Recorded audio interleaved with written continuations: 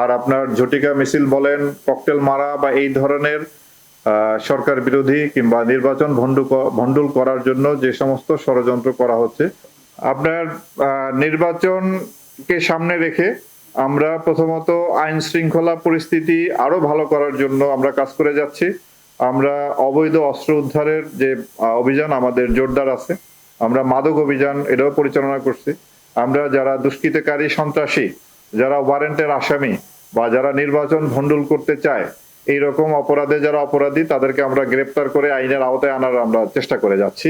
এবং নির্বাচনের যে প্রশিক্ষণ, এটা আপনারা জানেন যে আইন শৃঙ্খলা রক্ষাকারী বাহিনীর সকল সদস্য, বিশেষ করে পুলিশ বাহিনী সহ অন্যান্য বাহিনীর সদস্যকে নির্বাচনকালীন দায়িত্ব পালনের ব্যাপারে প্রশিক্ষণ দেওয়া হচ্ছে।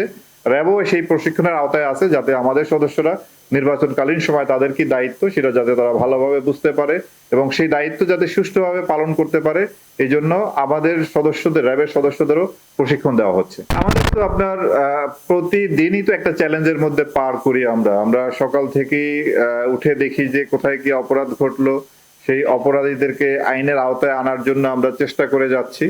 এবং প্রতিনিয়তই আমাদের দৈনন্দিন কাজের মধ্যেই পড়ে যে আপনার কোথাও যেন কোনো অপরাধ ঘটতে না পারে, কোথাও যাতে কোনো সন্ত্রাসী কার্যকলাপ না হয়, সাধারণ মানুষের জানমালের নিরাপত্তা যাতে বজায় থাকে, সেই কাজটি আমরা প্রতিনিয়ত 24/7 কিন্তু আমাদের এই কাজে নিয়োজিত থাকতে হয় এবং সেই কাজটি আমরা করে যাচ্ছি।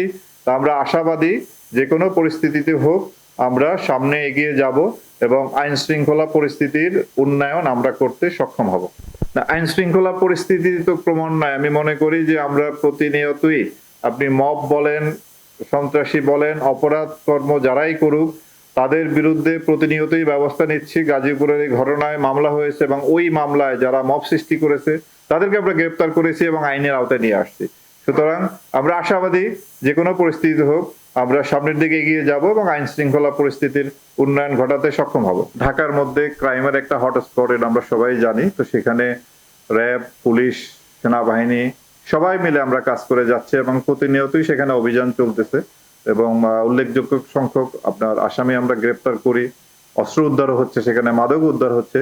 তো এই কাজটি আমাদের চলমান আছে এবং আমরা আশা করি যে সমস্ত অপরাধীদের গ্রেপ্তার করতে আমরা সক্ষম হই। তাদেরকে যদি আইনের আওতায় এবং বিচারের মাধ্যমে তাদের যদি সাজাটা যদি নিশ্চিত করতে পারি, তাহলে পরিস্থিতি করে বিচারে পাঠালে সেই বিচার হইতে একটু সময় লাগে। এই যে সমস্ত আসামিদেরকে আমরা গ্রেপ্তার করেছি তাদের যখন সাজাটা নিশ্চিত হবে তাহলে পরিস্থিতি এসছে একটু ভালো হবে আশা করি। আর আপনার ঝটিকা মিছিল বলেন, ককটেল মারা বা এই ধরনের সরকার বিরোধী কিংবা নির্বাচন ভণ্ডুল করার জন্য যে সমস্ত ষড়যন্ত্র করা হচ্ছে, আমরা সে ব্যাপারে ওয়াকিবহাল আছি এবং এর বিরুদ্ধে প্রয়োজনীয় আইনানুগ ব্যবস্থা গ্রহণ অব্যাহত আছে।